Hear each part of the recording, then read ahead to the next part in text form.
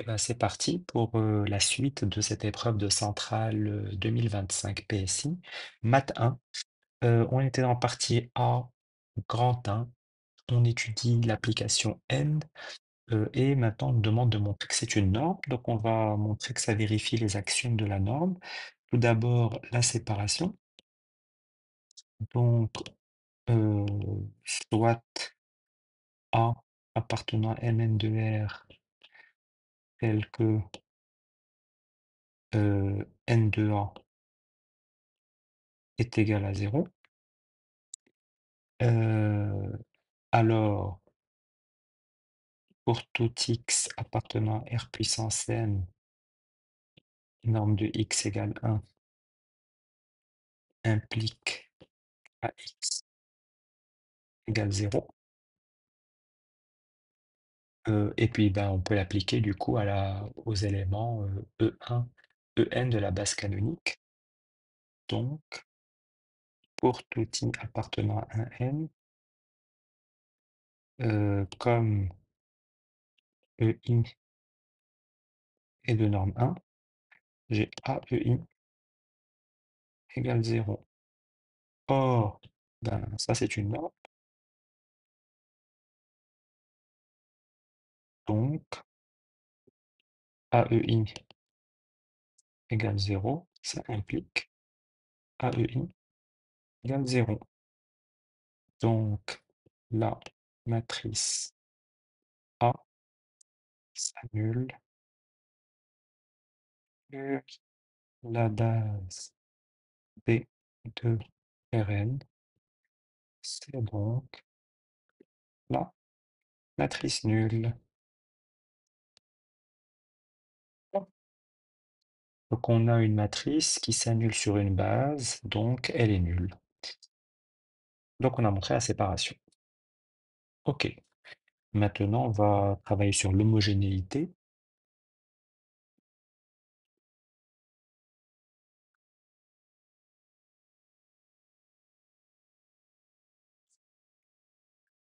Donc, la séparation est vérifiée.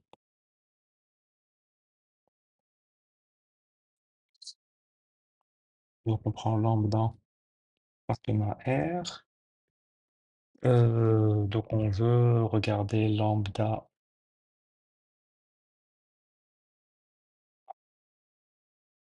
donc n de lambda A. Ça, c'est le sup de lambda A x en norme de x égale 1. Et ça, ben, c'est égal au sup de norme de lambda AX, norme de x égale 1. Donc, puisqu'on peut sortir le lambda, ben, ça c'est car toujours, parce que là on est sur une norme.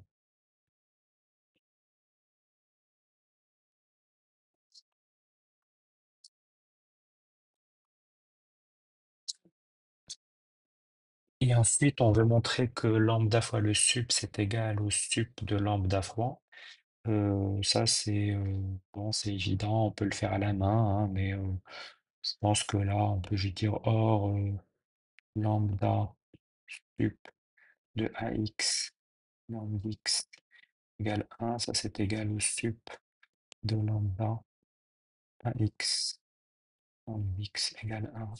On peut dire car lambda ne dépend pas de x.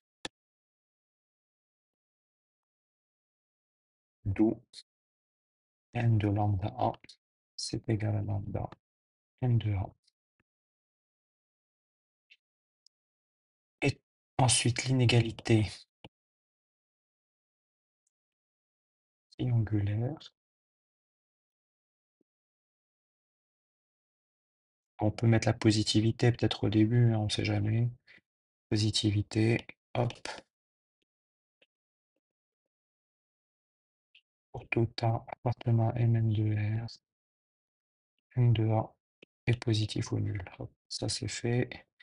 Et l'inégalité triangulaire, soit AB dans Mn de R au carré. Bah, je vais dire que n de A plus B, ça c'est le sup des A plus B x, donc de x égale 1. Donc je prends soit x de Rn tel que norme de x égale 1. Je vais dire que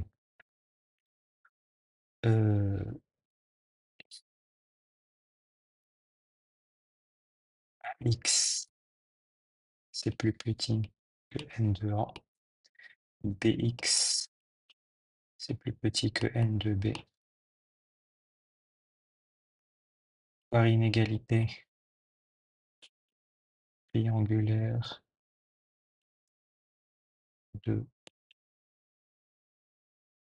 G A plus B x qui vaut ax plus bx est plus petit que ax plus bx, qui est donc plus petit que n de A plus n de B. Et donc, en passant à la borne supérieure, n de A plus B est plus petit que n de A plus n de B. Voilà.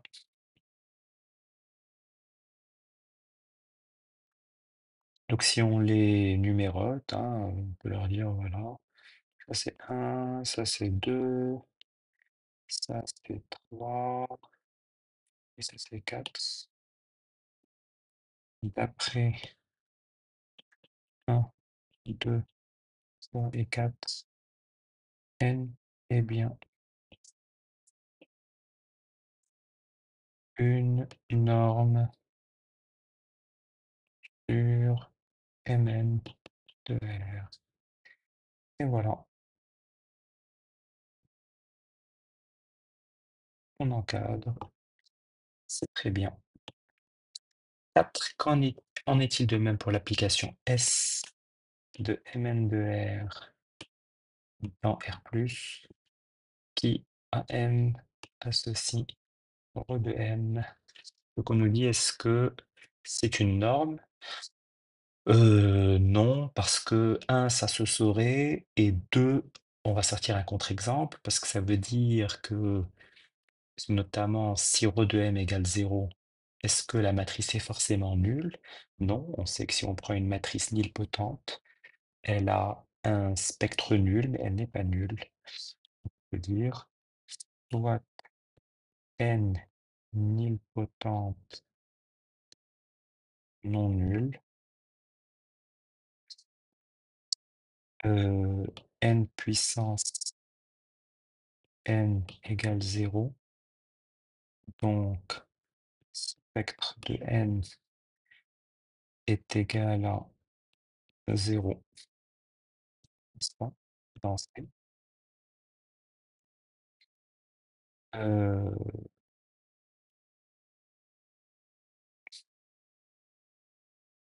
Donc ρ de n égale 0 et n différent de 0. Donc ρ, S pardon, n'est pas une norme sur Mn de R.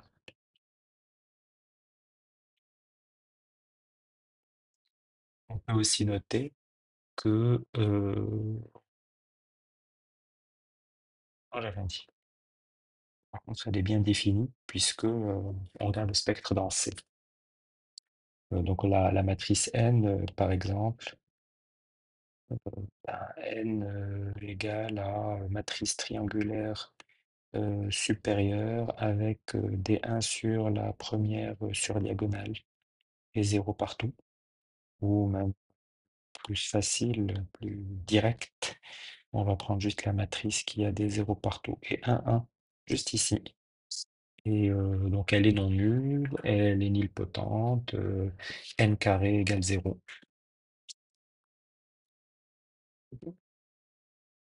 Donc j'encadre ici mon résultat. C'est bien. On peut faire la question 5, hein, tant qu'on y est. Hop, la question 5. Delta est une matrice diagonale. Donc delta, c'est égal à delta 1, delta n. On veut montrer que n delta, c'est le max des delta i. Euh, ok. Ben, qu'est-ce qu'on va dire? On va dire que euh,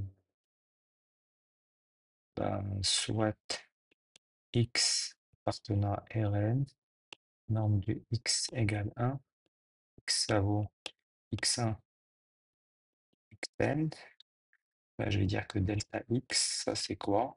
Ben, c'est delta 1, x1, delta n, xn. Donc, delta x, c'est égal, on va le prendre au carré, c'est la somme pour i égale 1 jusque n et delta i carré, x i carré, est plus petit que, donc, on pose soit delta égale le max des delta i. Donc ça, c'est plus petit que delta carré, somme pour i égale 1 jusque n et x i carré. Et ça vaut 1. Donc, j'ai bien delta x est plus petit que delta.